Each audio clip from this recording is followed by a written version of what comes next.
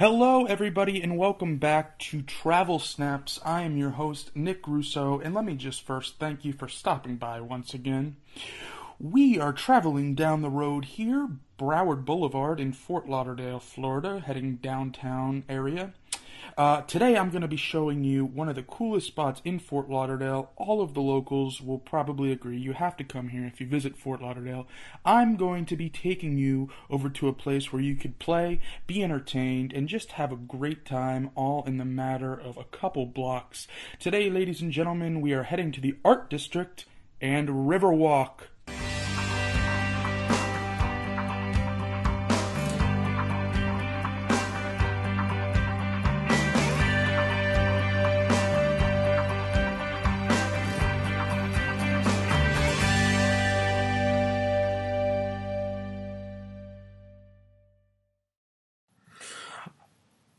Alright, everybody, here we go with our photo tour. We're going to begin at a pretty interesting spot here. This is actually the Fort Lauderdale Museum of Discovery and Science, and this thing is just very striking what you see here. It's actually a clock. I think it's called the Big Gravity Clock. We'll see it in a second, but it's always been here ever since I can remember. It's kind of a piece of art mixed with a functional clock, but as you can see, these balls here, they go up this conveyor, and then you'll see in a second there's track all around the atrium outside of this building, and these balls go everywhere, and somehow with forces and gravity and you'll see some water wheels too down there. They're able to make this a functional clock, and it actually tells the time, but it's always just been spectacles. But there you can see the track goes all around, and it makes crazy maneuvers, and it's just, you could sit there and stare. Yeah, the Great Gravity Clock, there you go, presented by JM Family Enterprises. But it's really cool. You could just stand there and watch it for a real long time. You don't even have to go in the museum. And we didn't today. We just were outside looking at that. But at that same Museum of Discovery and Science, AutoNation presents an IMAX 3D theater. And I want to say something about this. There's the atrium again in all of its glory. But I want to say something about IMAX. These are the real IMAX screens. If you go to like a Regal Theater or Cinemark, sometimes they say they have IMAX, but they don't. It's not real IMAX. This is true IMAX on the full size, full experience.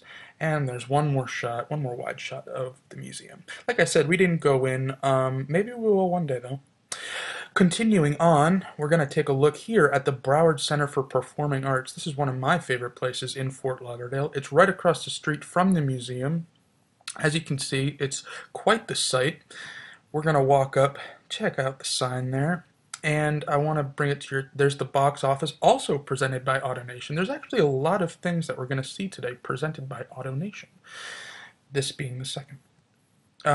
It consists of two theaters, the Broward Center. The Amaturo Theater is the smaller theater. It doesn't have that big of a capacity. They do a lot of kid shows there, smaller productions.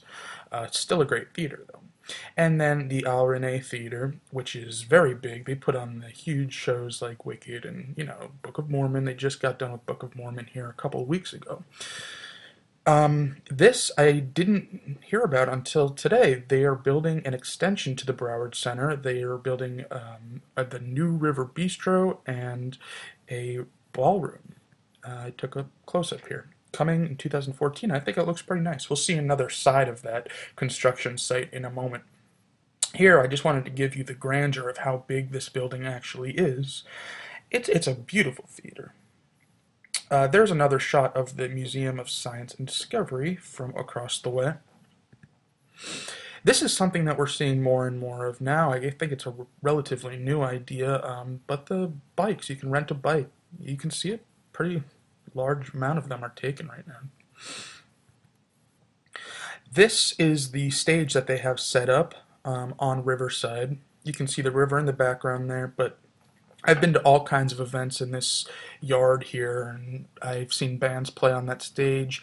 It's a real good space to just come and hang out or go to an event. They have the boat show every December. They have all kinds of events. They have a dog walk every summer, I believe. And this is kind of the hub where all the events take place. Close up on that, and just another angle there. Still decorated for the holidays on December 2nd. January 2nd. This is the reverse view of that bistro and ballroom that they're building for the Broward Center. That was a lot of B's. Bistro and ballroom building for the Broward Center. I'm excited for this. Something that Fort Lauderdale, I guess the city does, they want to pay respects to a lot of military and police, so they have these kind of tributes to, this is for the United States Navy. On the reverse side of this behind it, they had one for the police, so just memorials for, our respected troops and officers. I thought this was just funny. I was taking a picture of the fountain, and then I realized that it said no pets in fountain, and I just didn't know that that was such a problem. Maybe when they do the dog walks, like I mentioned before, they have problems with people bathing their pets in the fountain. That's kind of funny to me. Something you'll find a lot on Riverwalk, excuse me, on the side of the river are these historical sites. They have a lot of old homes. Fort Lauderdale is a very old city, so these things are still standing.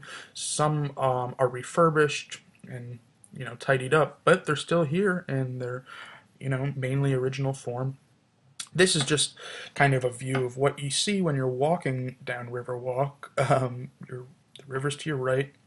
And it goes on for a good amount. I mean, you could get a nice stroll in there, and it's a nice little day. They have a water taxi. I don't know anything about this, but every time I come to Riverwalk, it seems to just be sitting there. Here's another one of the old historic houses. I like the fence on this house. Gives it a nice gothic, cool feel. This is a replica, I guess, of the 1899 schoolhouse. I actually have a memory of going into this house when I was a kid and churning butter for some reason. I guess it was a field trip, but the point is, it's really cool to take a look at history around this area. I think I'll show you a few more houses, and then I'll show you something that I made a big mistake on. There's another view of the house. Something that I saw, almost every single other brick on the walkway of Riverwalk is in memory of someone or has something to do with some society, but they did a really good job of filling up all these bricks. It's crazy. Everywhere you look, they're just, in memory of someone or a tribute. This is the mistake that I made. I don't know what this building is, actually. It says it's the Museum of History, and then on the other side it says that it was some hotel at some point. I thought that this was the Stranahan House, and I'm sorry that I didn't get a picture for you guys. The Stranahan House has a lot of history, and it also is said to be haunted, so I really wanted to get a picture. I thought this was it, but upon further investigating, it turns out that this is not the Stranahan House. I don't know what this building is. If somebody can tell me, great. Another older house, and now we have crossed over the railroad track and we are on the eastern side of Riverside. This is where you'll find clubs here, like Club Rain, and this is also where you can go on a cruise. You can go up to this vendor here and rent a cruise, and I'll show you that boat in a minute. Adults is 23, juniors 13. And you could also get a family ticket for 2 adults and 2 kids. We'll go back to the boat in a minute. This is the atrium area of the east side of Riverside. This is where you can find some food, some additional clubs. There's a hookah lounge. There is a movie theater called Sunrise Cinemas, and just some more bars. There is a bar right there on the corner. There's Cigar Bar. You can buy cigars. And this pizza place, if you ever come to Riverside, go to this pizza place. It is awesome, and it's affordable, and they're always open. Here's that riverfront cruise. The boat's called Anticipation. It doesn't look like it can hold many people. This is a pretty fair representation of the size. But I got closer, and I looked in, and look at that. They have fine dining, it looks like, on the inside. So it might not hold a lot of people, but maybe you could get a good meal on there. And for $23 per adult, I think that's pretty good to have a nice meal on the ocean. or wherever the boat takes you. We are now on Southwest 2nd Street. This is where you can find a ton of bars and clubs and places to eat, all in a very small area. I'm just going to flip through some of them here so you can see the bar fronts. Public House, Tarpon Bend. I've heard good things about Tarpon Bend. I don't know what the name of this place was. The Dubliner. There's a lot of Irish pubs here, by the way. I think there's 3 or 4 on like one block. There's the inside of the Dubliner. Another Irish pub, Bryony. Capone's. And then across the street from the one Irish pub, there's another Irish pub. Here's the Poorhouse. And right next to Poorhouse, we're going to move along to America's Backyard.